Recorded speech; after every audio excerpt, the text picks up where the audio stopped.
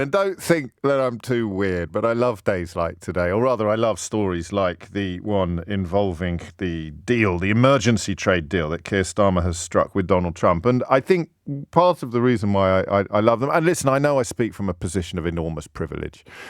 If I was struggling with the cost of living, or indeed if I was worried that my job might be jeopardized by some of the policies announced by Donald Trump and hopefully undone by this agreement signed or agreed yesterday, then obviously I wouldn't approach things with quite the same air of curiosity and fascination. I'd have a lot more skin in the game, to coin a phrase. So I do fully appreciate that. But on the other hand, this is my job.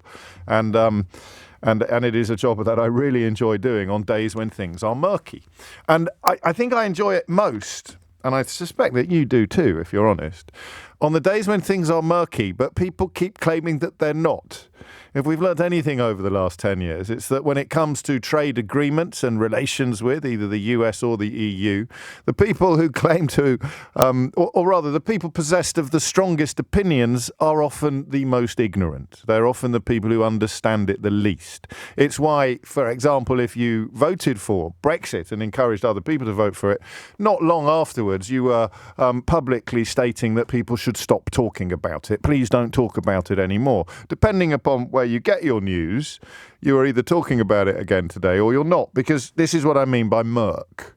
Murk in a land of certainty. So the two most, I suppose the Telegraph fits as well into that description, so we should probably include them. But the Mail and the Express, historically, and it's a position that the Daily Express has surrendered quite spectacularly in recent years, but historically they were the two spokespeople for Middle England. They were the two sentinels, if you like, for Middle England, and not necessarily middle class, but definitely Middle England or Middle UK, whatever you. And they are completely at odds with each other today, at least according to the front pages. One states US trade deal made by Brexit, Trump's Champions League ambush. That's just a reference to the moment at which he rang Keir Starmer during an Arsenal game. And the Daily Express, by contrast, goes with UK shafted by Starmer's US trade deal. So they cannot, the two biggest Fleet Street cheerleaders for Brexit can't make up their mind whether this is good or bad, or possibly both. You will, I hope, be relieved and unsurprised to learn that I will be able to explain pretty much everything to you in the course of this morning's introduction. But of course, to do that, I rely upon others who understand things better than I. And the finest among them is probably the Financial Times journalist Alan Beattie, who essentially floats the balloon of this being a good result for Sir Keir Starmer, but not necessarily good news for the world. And what he means by that, what is meant by that, is that the capitulation involved, we're still worse off than we were a month ago, by the way. For all the talk of celebration and champagne corks popping, we're still looking at 10% tariffs on almost everything being exported to the United States that simply did not exist prior to Donald Trump's recent announcement. And not to rain upon any Brexiters' parade, because even I sometimes think we should throw them a bone just to rescue them temporarily from the misery of self-knowledge and guilt and shame attached to what they've done to this country. But they told us that we were going to be signing free trade agreements with everyone under the sun, frankly, and that we would be undoing protectionism and the like. There is nothing more protectionist in the world of international trade than tariffs. I mean, literally what free trade means is trade without tariffs, without friction, without red tape. This deal means that we will have considerably more red tape in place than we did last month. Not just than we did in 2015, but there will be more tariff and more tape in place than there was last month. But there will be less tariff and tape in place than there would have been if he hadn't done the agreement. And that's why I find it also engaging. And of course, if you completely ignore the Bloomberg finding that we're down about £100 billion a year on leaving the European Union. But as I say, good God, it must be so miserable to be intelligent enough to understand how stupid you were when you encouraged people to vote for Brexit, that I do think today let them have a few crumbs. The Indian deal was great as well, in the context of the world that we live in. But a certain type of pundit and politician can't see a deal with a country populated largely by brown-skinned people in anything like the same way that they can see a deal with a country populated by largely white-skinned people, or at least currently governed by a borderline white supremacist administration.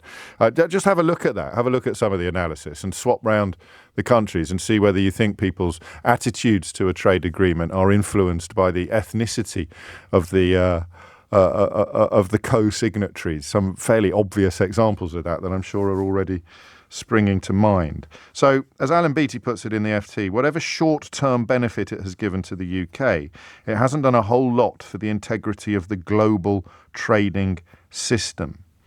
And what, of course, none of the coverage currently acknowledges is that we came to the table in a position of serious weakness. And this breaks my heart, actually. It's not an exclusively post-Brexit phenomenon. It is essentially a sort of post-Suez reality, or even a post-Second World War settlement reality, that we are simply not the nation that we once were. This is a form of Danegeld. This is a handing over to Donald Trump's administration of things that he wants in return for hurting us less than he would have done otherwise. 10% tariffs on everything except the three areas that have been renegotiated are potentially pretty miserable for an awful lot of British businesses, awful lot of British commercial interests. But it is measurably better than what we had before yesterday's announcement was made. The European Union, if you're interested, will have much stronger cards in their hand, will have a much stronger hand to play if they choose to sit down, because they're also, by dint of their comparative strength, they're not compelled to sit down and deal. They could actually seek to exert leverage back to actually have a fight. There was talk, wasn't there, of increased cooperation between the European Union and other powers, like Japan, for example, or even China, because 87% of world trade does not involve the Americans. But we don't have that option, really, because we are alone in the world. We are isolated and we are singular, directly as a consequence of a plebiscite that turned us into the first population in human history to vote to impose economic sanctions on itself. So that's why I find myself in I'm not a unique position, but in a curious position of recognizing that this deal is good in the context of the country that we are and the country that we have turned ourselves into. This is an example of the national interest, but we are not the nation that we were in 2015. If we were the nation that we were in 2015, then our approach to Donald Trump's mafioso-style bullying, nice trade arrangements you got there, be a shame if something happened to them, would be collective. We would be doing so in conjunction with some of the other biggest economies in the world. We would not be doing it alone. We would be working out responses on the global stage as opposed to on the two-lane metaphorical highway that crosses over the Atlantic. We are alone and we are weakened. But because we are alone and we are weakened, this is good. You see why I find this stuff fascinating?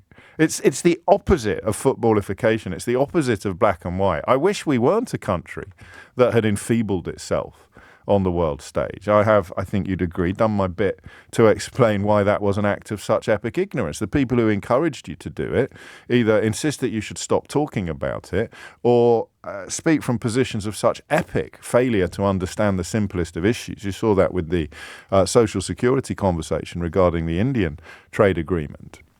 Whether it's ignorance inspired by racism or just ignorance born of ignorance, I'll leave you to decide. But I speak as someone who wants what's best for the country that we are now, not for the country that we were in 1880 or the country even that we were in 2000 or 1997. I want what's best for this country as this country is now. And under that analysis, looking at it through that lens, a lens where the UK is a weak nation at the mercy of an incredibly strong despot, I put it to you very cautiously that Keir Starmer has played a blinder. Now, as another large part of me, probably as much as 48% of me, that wishes he could have stood up to Trump, that wishes he could have told Trump to take his tariffs and stick them where the sun don't shine, to be more like Mark Carney, perhaps. Start removing American goods from UK shelves, start shutting down lines of communication until the big bad bully backs down and returns things to where they were previously. I wish Keir Starmer, I was going to say had done that. What would you say? Would you say I wish Keir Starmer had done that? Or would you say I wish Keir Starmer could have done that? Because I don't think he could have done. And this really boils my blood, you know. I don't think he could have done. That's been handed to him. I'm not expecting you to get the world's tiniest violin out of its case. But Keir Starmer is playing international economics with a hand of cards given to him by Boris Johnson, Liz Truss and Nigel Farage. They've given him their rubbish cards. They have hobbled him on the world stage. They've hobbled all of us.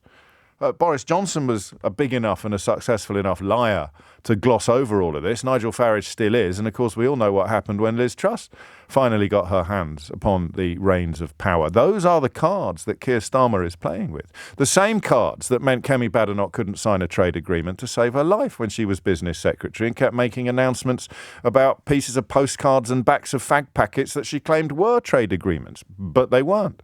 This is not and never will be a free trade agreement because Donald Trump seems to be addicted to tariffs. So it delivers precisely the opposite of what Brexit has told you they were going to deliver for this country. Free trade and an end of protectionism. Instead, we've got unfree tariff driven trade and epic increase in protectionism from one of the biggest economies on the planet. It's absolutely bonkers. But what else could he have done?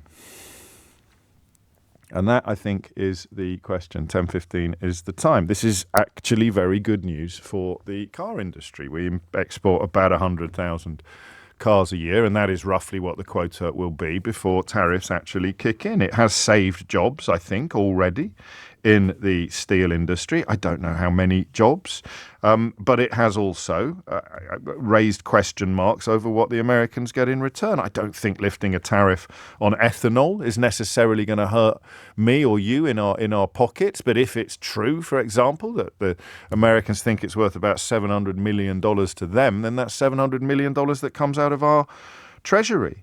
So once you have paid him the Danegeld, you never get rid of the Dane.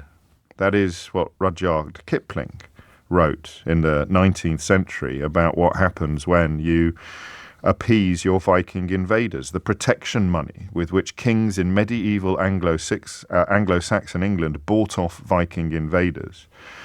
This is the point Alan Beattie makes quite beautifully in the Financial Times this morning. Kipling's echo through the ages: once you have paid him the Danegeld, you never get rid of the Dane. But here's the thing. If the Anglo-Saxon kings hadn't paid him the Danegeld, then the rape and pillage would have been ratcheted up a notch or 10.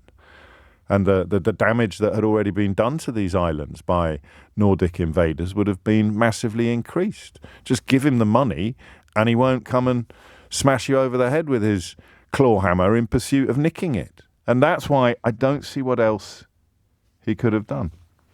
0345 6060 973. How much legal structure will this deal have?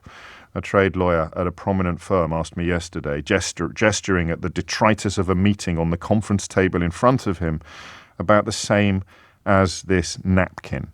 And that's the other problem, of course, is that you're doing a deal with somebody who has demonstrated, not just in the course of his life, but in the course of the last few weeks, that deals he has signed are worth nothing should he have a change of mind. Should his capricious nature kick him off in the opposite direction, or should the last person he spoke to have convinced him that the deal he did and boasted about yesterday is not going to look very good tomorrow. So if you've had a chance to crunch it all, 0345 6060 973, tell me what you think. Feel free to pick holes galore in my analysis. if you think Keir Starmer could have done better, then I really want to hear from you. Because it seems to me there were three paths he could have gone down. I think I've misrepresented what Mark Carney did. You're quite right. He didn't tell him to stick his tariffs where the sun don't shine, but he was firm and he was resilient.